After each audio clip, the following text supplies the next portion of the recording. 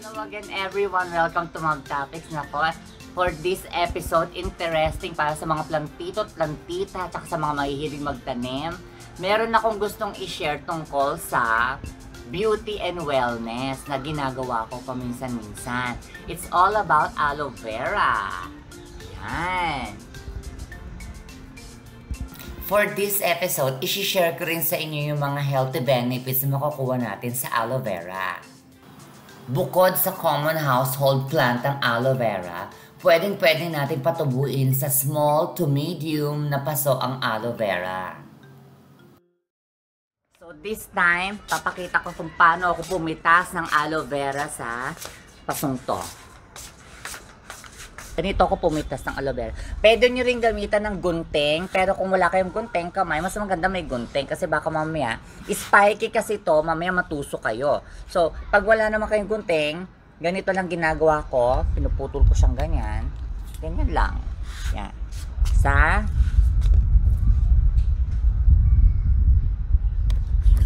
ganyan.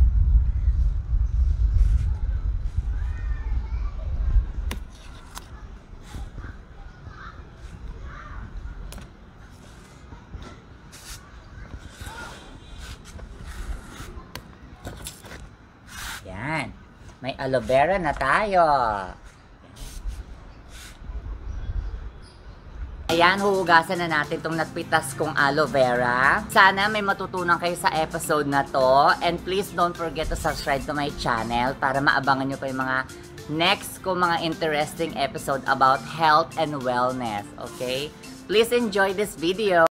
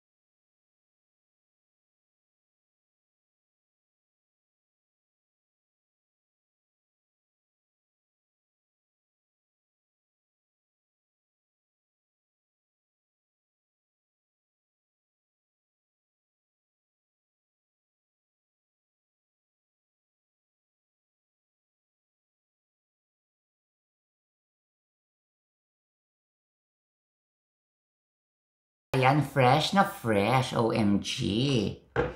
Bago ko ilagay yan sa mukha ko as my moisturizer, gusto ko munang i-share sa inyo yung mga key benefits ng aloe vera. Aloe vera is very powerful kasi, just to let you know guys, bukod sa antibacterial siya, bukod sa may antiseptic property siya, powerful antioxidant din ng aloe vera. Mahabang history niya ng pagpapagaling sa mga sugat kahit noon pag ginagamit to ng mga tao. Ina-accelerate niya yung paggaling ng sugat like burns, sunburn, mga sore. One of the best thing about aloe vera, meron siyang skin healing properties kaya nakakapagpagaling siya sa mga sunburn at saka sa mga first to second degree burns ng balat natin. And another one, moisturizer sa ating face. Kaya niyang mag-moisturize ng skin natin. Kaya mamaya, gagamitin ko siya as my moisturizer for like 20 minutes. Bukod sa pwede natin gamitin moisturizer ang aloe vera sa face natin, natitreat din ng aloe vera ang eczema at saka mga skin condition sa face at saka sunburn and mga tigyawat, mga acne natin. Pwede natin gamitin ng aloe vera sa mga skin condition natin sa mukha. And one more thing, pwede nating ihalo ang aloe vera gel sa smoothie at saka sa mga fruit shake na mga ginagawa natin. Mga vegetable and fruit shake, pwede natin siyang ihalo pero minimal amount lang, hindi naman yung sobrang daming amount.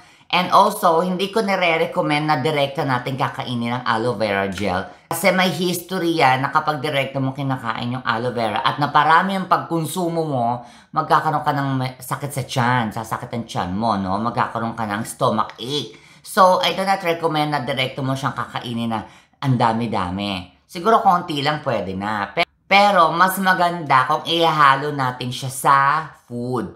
Or mas maganda sa sinabi ko nga kanina, yung smoothie or fruit shake na ginagawa natin. Much better na inihahalo natin siya doon. So yon, nasabi ko sa inyo mga ilang key benefits ng aloe vera. Napakaganda talaga magkaroon ng aloe vera sa bahay.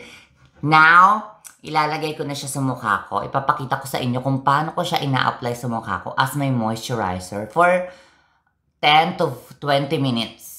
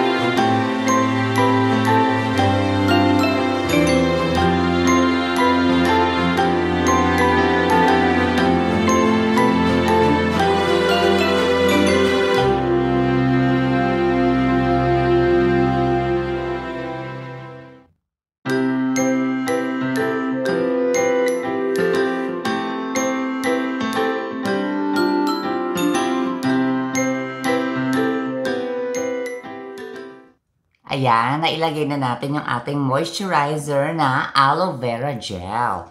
I recommend pala, pagkatapos siyang gayatin dun sa pinakadahon niya, ilagay nyo siya sa isang maliit lang na bowl, ipunin nyo dun yung gel, and then ilagay nyo sa refrigerator para malamig siya. Kasi pag malamig, parang mas masarap ilagay sa mukha. Okay? Mas naku-cool down yung mukha natin, tapos sarap magpa-fresh. So, I hope nagustuhan ninyo yung episode natin this time. And I hope may natutunan kayong mga ideas kung saan natin pwede gamitin ang aloe vera gel natin. Okay? For now, tapusin ko muna yung pag-moisturize ng mukha ko for 20 minutes. And thank you for watching.